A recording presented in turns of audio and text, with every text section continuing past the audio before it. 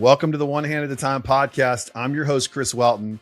And today I have a really cool guest that's joining us. We're going to talk about something totally different than sales that we normally talk about or different strategies. We're going to talk about your health today. Like we're going to get really down deep into what a lot of people are struggling with and some ways we can overcome certain things. We're going to talk about peptides, which is really cool. It seems to be the buzzword these days. I'll share my journey with peptides. But our guest is an expert in that field. Yeah, I'll tell my listeners what we have going on. But Amanda, thank you so much for joining me today. Thank you so much for having me. I'm excited for our conversation. Yeah, I am too. I've been looking forward to this since we booked it. I want to start out first with just kind of how did you get to Dallas, Texas? Like let's you're in Dallas now. Let's get a summary of that, and then we can get into the peptides and the other things. But I think it's important for people to know who's really on here. Sure. Yeah. I never in a million years would have thought that I would have ended up in Dallas, Texas. I was born and raised in Northern California. I went to school on the East Coast. When I finished grad school, I was planning to go to New York City, and the world shut down, right? COVID happened, and I said, I'm not going to go live in a tiny little shoebox in New York City. So I ended up going back home to California for a short period of time. And I've danced my entire life. Dance for me has always been my safe place. It's always been my sense of freedom. And when I was at Penn State, I was a 4-year member of the dance team there. Then I was a captain. And then I became a coach for a year as I was finishing grad school. And after finishing that year coaching, I kind of got the bug again. Like, hey, I got that itch. Amanda, you got to get back into dancing. It's your passion. It's your joy. And so it was at that time, moved back to California, and I actually had auditioned for a few professional cheerleading teams out in California. And at the same time, had just finished my CPA license, and I was working for one of the top accounting firms in the country, specifically on a private equity client. So kind of working the corporate grind and trying to pursue this dance dream of mine. And I was a finalist for 2 teams kind of back to back. And as soon as I finished the second round of auditions, this friend had reached out to me. And I said, hey, congratulations. I had met her at the first audition. Then the second audition came around. And she actually made the team for the second team that we both auditioned for. So I reached out, congratulated her, and she said, I need to connect you with someone out in Dallas, Texas. So sure enough, she connected me with Jennifer Amburn. And that is how I actually ended up in Dallas, Texas, because I knew that I wanted to pursue my dance dreams at the highest level. And so what I tell people is dance took me out to Dallas, but the people are really what kept me. I fell in love with it as soon as I came out here. Yes, I miss the ocean a lot. Yeah. Whenever I can, I'll get on a plane and get to the beach. But really, I've been here for some time now, and it has been a really incredible place for my healing journey, for my health journey, for my overall life. Yeah, well, I started smiling a lot when you talked about dance because my youngest daughter danced from the time she was 3 until she graduated from high school. She also was a cheerleader. She was an all-American cheerleader and was supposed to go cheer in college, and then decided she did not want to at the last minute. But she graduated with a degree in finance and is now in her master's to become a CPA. So That's why I was like, that's like a really small world, right? I just got full body chills. That's amazing. That is amazing. Yeah, she's literally in her. She graduated from Florida State, which is tough because me being a Gator. But she graduated from Florida State and is in grad school right now. And so when I got out here to Dallas, that's kind of what led me to continue to pursue my dance dreams. And it was at that time that I was a finalist for the Dallas Cowboys cheerleaders, and really was at the peak of my health kind of around that point. And it's kind of actually when my whole world shattered at the same time a few months later. Yeah. So when you became a finalist and then that was over, is that what was that a precursor to the health? Did the stress from that or anything from that you think put you on the health issues? Really good question. So when I was 16 years old, that was the very first time that I ever had gut issues. And Mm. a GI doc had put a scope down my belly, looked at it. They Yep. said, hey, you have IBS, which is a trash can diagnosis. It's putting a Band-Aid Hmm. on things. They said, take out the gluten, take out the dairy, you'll be fine. And we see this in a lot of high performing individuals that they end up experiencing some kind of gut issues. And that's because when chronic I have it. yeah, when an excess cortisol or stress hormone is released in our body, it actually breaks down the gut lining. And when the gut lining breaks down, that is what causes what the world knows as leaky gut, which is essentially just saying your fortified gut has little holes in it. Those little holes are having toxins that leave the gut rather than leaving the body. They get reabsorbed back into the bloodstream. And that's what causes all this inflammation, causes joint pain, causes brain fog, and the list goes on and on and on. And so I was 16 years old when this first happened, and I had put Band-Aid on top of Band-Aid over it because I didn't know any better. And yes, changing my diet worked for a short period of time, or I should say a long period of time. It worked for over a decade. But when I'd trained really, really hard, obviously leading up to being a finalist. And it was the greatest experience. I'm so grateful for the Dallas Cowboys cheerleaders organization. It was incredible from beginning to end. And I'm really grateful for the experience. Really cool to have the opportunity to even be on Netflix. I never knew that would ever be a thing. But it was really fun. And, I think, yes, there was a bit of overtraining probably that I did leading up to that.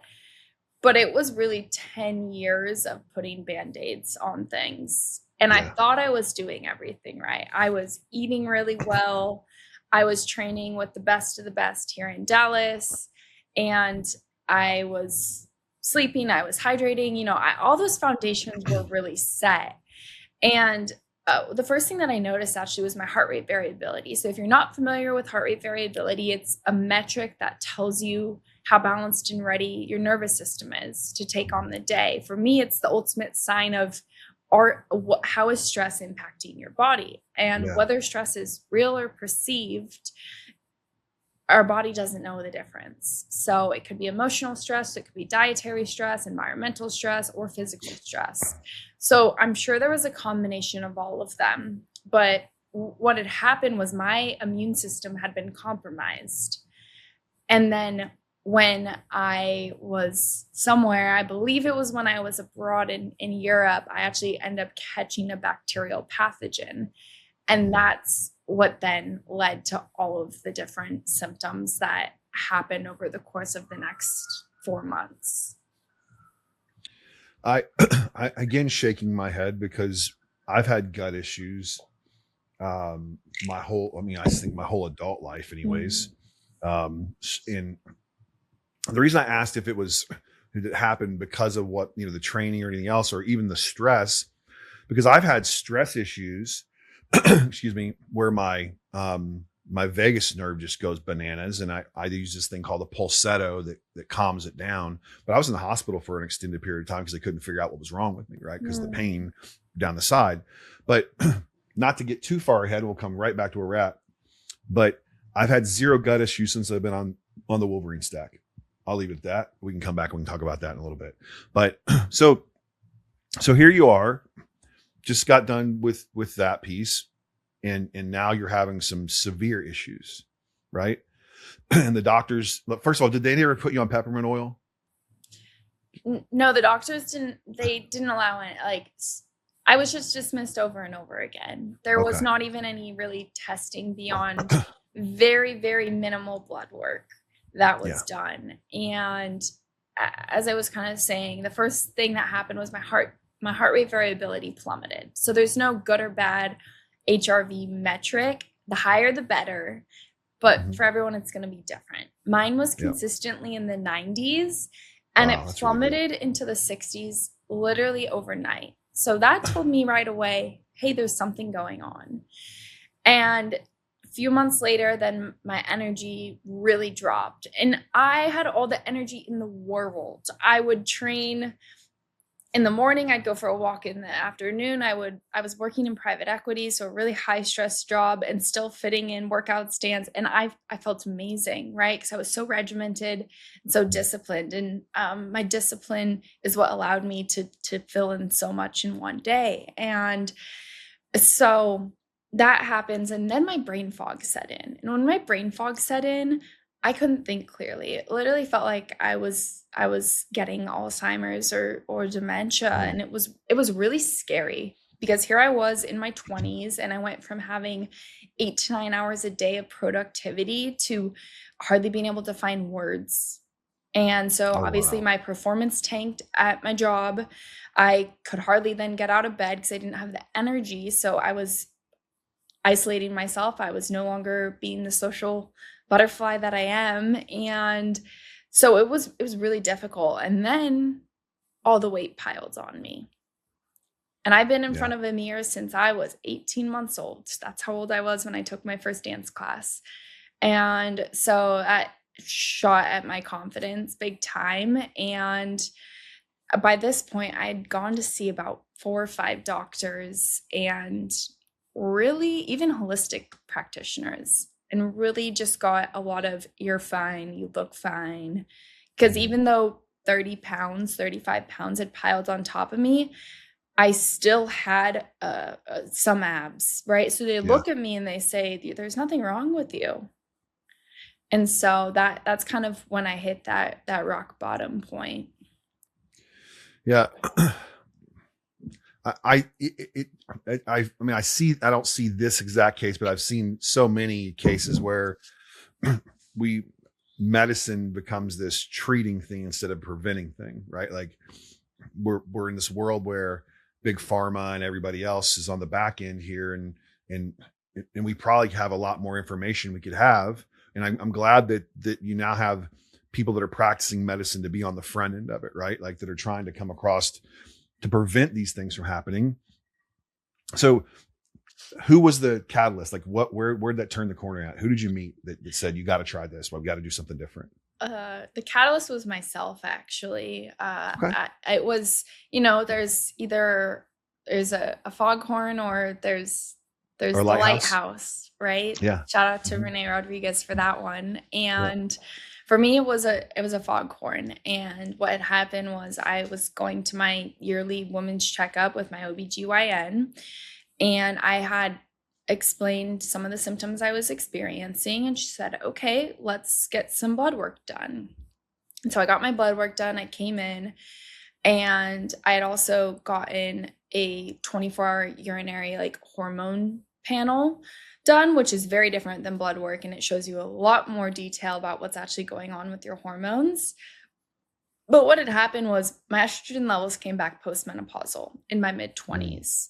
Obviously, that was very horrible for me to see, because one day I wanted to have children. One day, right, fertility would matter for me. And so I looked at the doctor. I said, okay, so what do we do about this? And she point blank asked, well, are you trying to get pregnant right now? I said no, because I was single at the time. And she said, well, then I don't really care. And I'm sure that she was well-intentioned and that she probably was just worrying about what is the primary focus for her. But your hormones are for so much more than just fertility. And that was telling me there's something deeper rooted going on. And so from that point, then I was home a few weeks later for Christmas, and my body was breaking out in hives for a month straight. It was screaming at me that there was something going on. And it was kind of at this point that I said, okay, if I'm going to heal, it's going to be up to me. And that's when I dove headfirst into functional medicine. It's when I learned about the gut-brain connection and, I'm experiencing brain fog because there's something going on in my gut. And I knew intuitively that it was my gut, because the very first time I ever had gut issues, I was 16 years old. And so because I led a very healthy lifestyle, I'd learned to eat healthy at a very young age. I knew how to strength train. I knew how to hydrate. I knew how important sleep is and getting enough sunshine, like all those foundations had been set. So I knew there had to be something more. And that's when I really just dove headfirst into finding the research myself and then finding people in the functional medicine space that knew about the importance of proper sequencing and really how to walk through the body in the right order without overwhelming it. First of all, think about, I think as we're talking through that, I'm like, okay, here's somebody that's incredibly healthy, that's active, right? All these things, you check all the boxes. This should not be happening to someone that checks all these boxes, right? Like now, if you were a smoker and way overweight and lazy and all these things, then maybe, right? Maybe this is a result of those things, but you're not doing those things. You're doing everything you're supposed to do, and your body's still getting attacked like this. So now we're talking to people in functional medicine and they're trying to help with some things. What was was it peptides that started originally? Was it like, what was the next step there? Yeah, the first step, peptides, was actually the last step, and we'll get into that. And it wasn't until about 18 months later that I even integrated peptides into my healing protocol. And that's because I didn't really know about them at the time. But the first step for me was actually uncovering what was happening inside my body. So that's when I got comprehensive testing done to look at what was actually going on with my gut. How were my hormones metabolizing? What foods was I having a really bad immune response to because of the health of my gut? Was I lacking any nutrients at the time? What was my comprehensive blood chemistry looking at? Not just my CBC and my CMP. So that was step number one, was actually uncovering what was happening inside my body. So what was happening inside your body? What was it? As you're drinking this big jar of green juice. Yeah. For those of you that aren't watching this on YouTube, and I've seen, and you'll be able to follow her after this, everybody that's listening, because I've been following her for a while and I've watched her go through these fasts that last, like, I feel like they last way too long. And then she's always drinking this green juice when she's coming off the fast or whatever. But so anyways, as you're drinking this big mason jar of green juice, which is amazing. Yeah. So what we uncovered was that there was a bacterial pathogen that was in my gut. And that was kind of the tip of the iceberg. That's why my health exploded when it did. But underneath the surface, what was also happening, there was HPA axis dysregulation. So my adrenals were being overrun. They were being overworked. And that was probably due to a little bit of overtraining, maybe a little bit too much coffee. And because I was stressed about being sick, it then put my body into more of a fight or flight state. Yeah. And so the adrenals were a mess. I had a bit of hypothyroidism at the time, which was really just signaling that there was something else going on. I mentioned that my estrogen levels were postmenopausal, so my hormones were depleted. The bacterial pathogen was the big thing. And then there was some food sensitivities. And so I was told, okay, we'll probably be able to get through a protocol in 4 months. 4 months comes around and I felt worse than I had started. And I was so grateful for that practitioner because she got me answers and she showed me, okay, you're not crazy. But that was just the beginning of my journey. And healing my gut ended up actually taking about 18 months. And that's because I did a lot of trial and error. I didn't have the right order of how to properly work through the gut to heal it. And that's why I'm so passionate about the work in functional medicine, is because our body is so interconnected. Our gut talks to our brain, talks to our detox systems, our skin, right? Everything is so intertwined. Yeah. And so as I was getting certified, I was able then to run labs on myself for the first time, which was so exciting. And so I ran the tests that I now run on my clients. And one of those tests is actually mycotoxins, mold toxicity. And my body had kind of hit a plateau again. My gut felt better. My brain fog was gone, but I still felt inflamed. My face was really swollen and the weight wouldn't come off me. And that was the most frustrating thing, especially being in such great shape and then putting on 35 pounds and just the scale just not budging. It was horrible. And that's when we found out that I actually had black mold in my body. And so it was Wow. at that point, around 18 months later, after I initially had found out about uh, the onset of all my symptoms, that we needed to heal from the black mold. And that's when I was introduced to peptide therapy. And that's when my health went from, okay, we've gone through 18 months of healing. It's been 18 months of winter. It was awful. I never wished it upon anyone. Into, okay, now it's time to optimize. And that's what peptides did for me and have done for me over the past few years. Yeah, mold is just, I think everybody should have that test, right? And those of you listening and watching, we'll get you a way to contact Amanda after we're done here. But I think everybody should have that test. I lived in Florida a long time, and there's mold everywhere in Florida. Like if you leave water out a little bit too long, we get mold in Florida. It's just the craziest thing ever. And now that I'm back in the Midwest, it's so interesting how the mold spores, everything's different here. So I was in Florida for 10 years until I moved back, and now I have all these allergies I didn't have in Florida, which is it's like, I thought my allergies were good since I moved back to Florida, but so we're back here.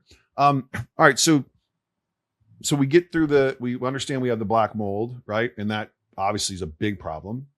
And then how do peptides integrate with that? Like what's happening next? Yeah. So I met a doctor who's been researching peptides for over a decade. I was actually sitting at a round table with him, and he was there to talk about stem cells and exosomes, which are really miraculous as well. Yeah. And he overheard me talking about black molds, and he leaned over and he said, I really think we should have a conversation. My wife actually has been facing Lyme disease for a really long time. We just found out there's mold in our home. They also were in Florida. And so this doctor and I ended up hopping on a call, and he walked through everything with me. And he's like, but I really think that you should start with this peptide called epithalin. And epithalin is known as this longevity peptide because it extends your DNA telomerase. And that's what it's known for, but it actually resets your circadian rhythm, and it resets your hormones as well. And I knew in the back of my head that I had hormonal issues that still hadn't been completely resolved. And my sleep was good. It was actually great by American standards, but it still felt like I wasn't getting into that deep restorative sleep. And what I learned over this period of time was that the average American gets about 35 to 45% of their sleep is restorative sleep. That's your deep sleep, that's your REM sleep. So when your brain recovers and when your body recovers. I knew that through my Whoop data that I was already at 48%. And within 3 days of this peptide reset, my restorative sleep jumped up to 60%, which is astronomical. And to this day, it is still there. It is still sitting around that same percentage within like a few percent up or down. Like it's been phenomenal. And so that was I'm sorry, while you're doing that, I keep talking. I'm going to pull up mine real quick so I can tell everyone. Oh yeah. I want to hear your list. Yes. So epithalin was my very first taste. And I remember calling the doctor. I said, hey doc, you will never believe it. And he's sitting there laughing because of course he's going to believe it. And I tell him my restorative sleep went from 48% to 60%. I can't wait to do all these other peptides. And so it was at that point then that I started this treatment that was to get rid of the molds. And so it was a 4-month treatment to get rid of the mold, both through a nasal spray and an injection. And within a few months, I retested, and it just so happened that I was in Florida that weekend for something else. It was in February, I remember, and doc said, hey, I'm actually speaking at an event a few hours away. Hop on a plane or drive out and come meet us. And we actually ended up sitting down and talking about the lab results from my second mold test. And I was astounded because all of the black mold was completely cleared out of my body. It's amazing. I mean, like really, like, I mean, that's like, I'm a big faith-based person, right? And that's just like, that's some unbelievable work. I mean, that really is. So I do an Aura tracker on my sleep. Yeah. Um, and it says that last night I had a sleep score of 82, which is really good for me. Um, and it says that my HRV max was 51. Um, now for deep sleep last night, it says I was at 9% and REM sleep 27%. So that gives you an idea. You heard of the percentage that she had, it's way different. But I can tell you that's way better than what I used to have before I started using peptides. And I use Wolverine Stack, and I'm also on Tessamorelin. Along with TRT, I'm a 53-year-old man, so TRT is a requirement so I still feel like I'm, not 53. I have a 2-year-old son, by the way, Amanda, so I have to be young and active, right, to play with my little guy. But Tessamorelin has been great for my sleep, and the BP157 has, knock on wood, not cured my gut problems, but boy, it's a lot better. With the BP157 and TB500, the Wolverine Stack. So, I'm just, I'm curious what you think about that, but then I want to talk about a couple other peptides too that you use as well, because I have some questions there too. Yeah. Well, first of all, I love that you have a little one that's 2 years old. Right? Yep. Yeah, he will keep you young for a really long time. And yes, he will. I always say you're not your age, you are your energy. And I can tell that you have that vibrant energy. So that's so important. Yeah. Well, thank you. The BPC TB combo. So I went to Penn State. I'm an Nittany Lion. We didn't like Michigan, the Wolverine Stack. I have a client who was a previous Penn State football player, and he said, Amanda, we cannot call it the Wolverine. So I might refer to it as the Nittany Lion. That's fine. That's fine. BPC TB is amazing, right? It's such a great place to start with peptides, and I take it regularly. And the reason why I take it is for healing and recovery, and to also just support my sleep. It's so great for that. And what it does because BPC 157 is actually naturally occurring in our gut already. And so it's just helping to strengthen that area. And the cool thing about TB 500 is that it helps actually stimulate our body's own stem cell production. So that's what helps keep us younger longer. Yes. Yeah. And then as far as the Tessamorelin, it's really interesting because people know it to be, some people will say it helps with my sleep. Some people says it helps with my fat loss. Other people says, I put up something about it being good for muscle growth. And someone said it helps with muscle growth. Yes. Because it actually, it stimulates your body's own growth hormone production, which then helps you build muscle quicker. And so I love that stack that you're on. I love those. And I'm like, I have a few more questions for you because there might be some other ones that can help get that sleep up. Yeah. They definitely help the Tessamorelin. So I used to be on Samorelin a year ago. I'm in Tessamorelin now. I do see a difference in fat loss, but in strength, I see it like I'm just, like I said, I just competed in High Rocks as a 53-year-old one-arm man. And I did take first place, by the way, in my division.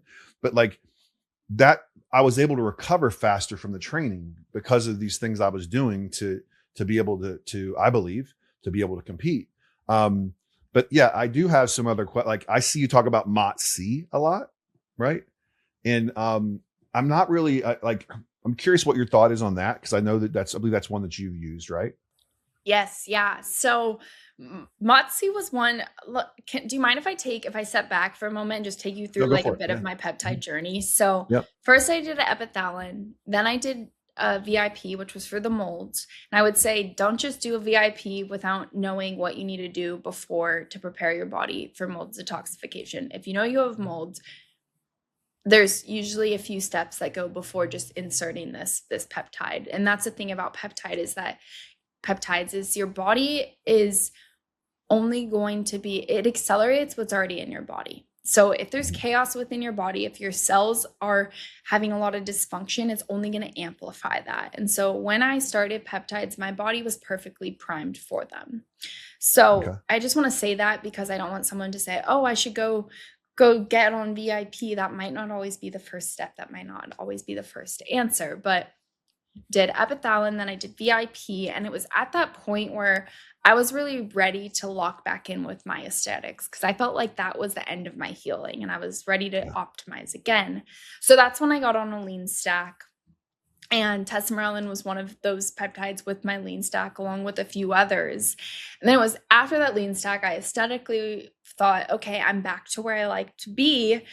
I keep hearing about this MOTS-c peptide, and it's known for cardiovascular endurance. A lot of Ironman athletes or any kind of distance athletes will Mhm. utilize it, but it's really phenomenal for heart rate variability too. And that was kind of one of those missing puzzle pieces for me to Yeah. get my HRV back up into the 90s. And I'm still working on that. It's still not completely back up there, but it helped tremendously. And it's mitochondrial derived peptide C. And so you think about your mitochondria, they're the powerhouse of the cell, right? That's what brings energy. And if we have energy at the cellular level, we're going to have energy throughout our whole body. And so what MOTS-c did for me, it allowed me to have more energy. I was waking up because I did a 1 month cycle. I was waking up with a ton of energy.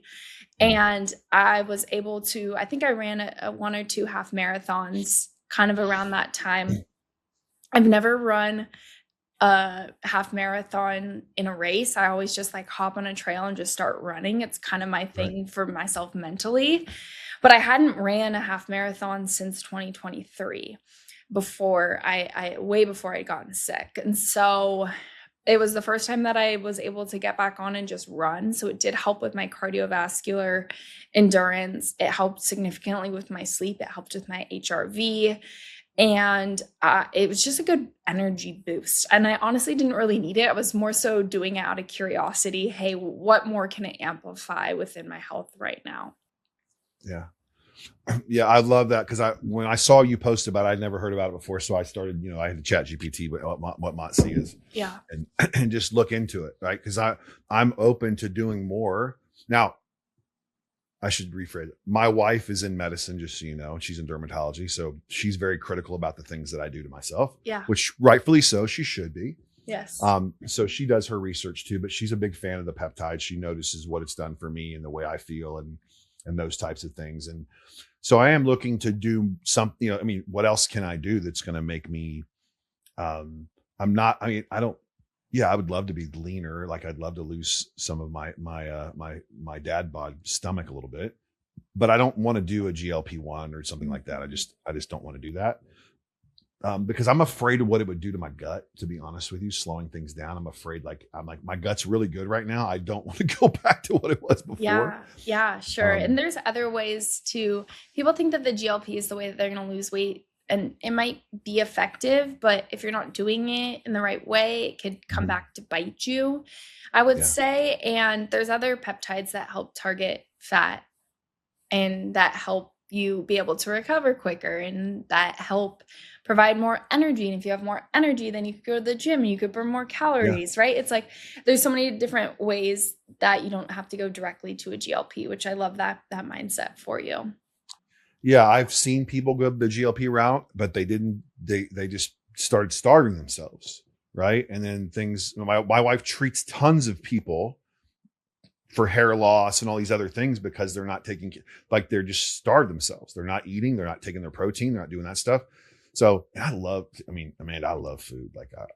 I love to eat. Like if I was down where you were at, I would be at Hard Eight Barbecue. Like that's my favorite barbecue spot there in Dallas. Like I don't know if you've ever been there or not, but like that's my jam. Like I love that place. So I love food. I just do. But I do work really hard in the gym. Like I do. Like anybody can see on my social media. I'm in the gym putting in the work. I was in the gym this morning putting in the work. But I do love to eat, which can be a weakness sometimes. Hey, Um, my genetic results told me that I like to eat too, and I have big appetite. There's this photo on the genetics test that I run that gives you a plate and then it puts the amount of food that it takes for you to get full. Some people's has about, I don't know, 2 pieces of broccoli and a half a piece of chicken. Some people's plates are full, some are like over the plate. Mine is absolutely full. So I have a big appetite too. And I love so that. it's I love that. yeah, it's funny. I have an older friend. He's in his 80s, and he will say to me, girl, you can eat. And I tell him, hey, I got 70 pounds of skeletal muscle mass, lean skeletal muscle mass on my body. I got to feed it with the right amount of protein so I don't wither away. Yeah, I'm with you on that. You definitely do. Well, look, what I want to do here, like, I feel like you've been really good giving some stuff to everybody. And the whole reason behind this, getting you on here today, was I wanted to meet you finally, because we've been DMing and stuff like that. We've been on the same group coaching calls and all that stuff. So I'm like, I gotta meet Amanda somehow. But the other thing is, I wanted to bring you on here to promote you, so that the people that are listening will have somebody they could reach out to. And I mean, are you taking on new clients right now? I should probably ask that first. Yeah, good question. Yes, there is a bit of an application process for the clients that I do work with, just because it's so individualized, it's so specialized, one-on-one, unique and tailored. But yes, to answer your question. Okay, perfect. So if someone's listening to this and they say, I want to reach out to Amanda, I want to have some more information, sounds like it's something I need to talk to someone about, what's the best way for them to do that? Sure. So 2 best ways to find me. One would be on Instagram at Amanda Soukoulis, Souks. It's short for Soukoulis. And you can send me a DM there, comment, or you can DM me the word optimize, and just mention that you heard me on this podcast. I love connecting with people who listen through podcasts, because you've already heard a bit of my story. And if something resonates with you, if you feel like, oh my goodness, I experienced this, or I experienced that, or I've paid thousands of dollars of labs and still can't get any answers, I'm always happy to be a second set of eyes on that, or to have a conversation, see if there's something that maybe you haven't been able to uncover yet. And then the second way would be my website. It is Amanda, Soukoulis.com. Again, that's Soukoulis. It's Greek. And you can contact me there. You can schedule a one-on-one strategy session there for us to chat. And there's a bunch of information on kind of everything that encompasses functional medicine and some of the work that I do. Perfect. We'll have all that in the show notes for everybody. So if you're on a treadmill right now listening to this, or you're driving or whatever, you don't need to pull over, but will be in the show notes. You'll be able to contact her. And that's why I brought her on. That's why I brought you on. I wanted you to get a little bit into the story, giving them enough information that it kind of makes them want to think more about taking care of their health. And I really appreciate you, Amanda. Thank you so much for being part of the show today. I'm really grateful.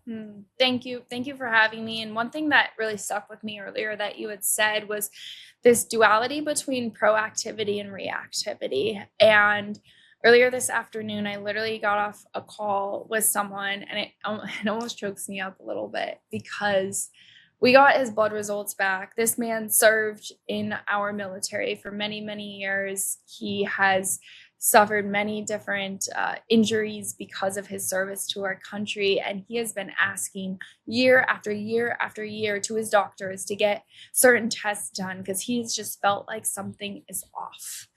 And he found me through TikTok and then reached out to me on Instagram. And we've had a few conversations. We finally were just able to get him started with some labs. And today we got answers for him for the first time in years.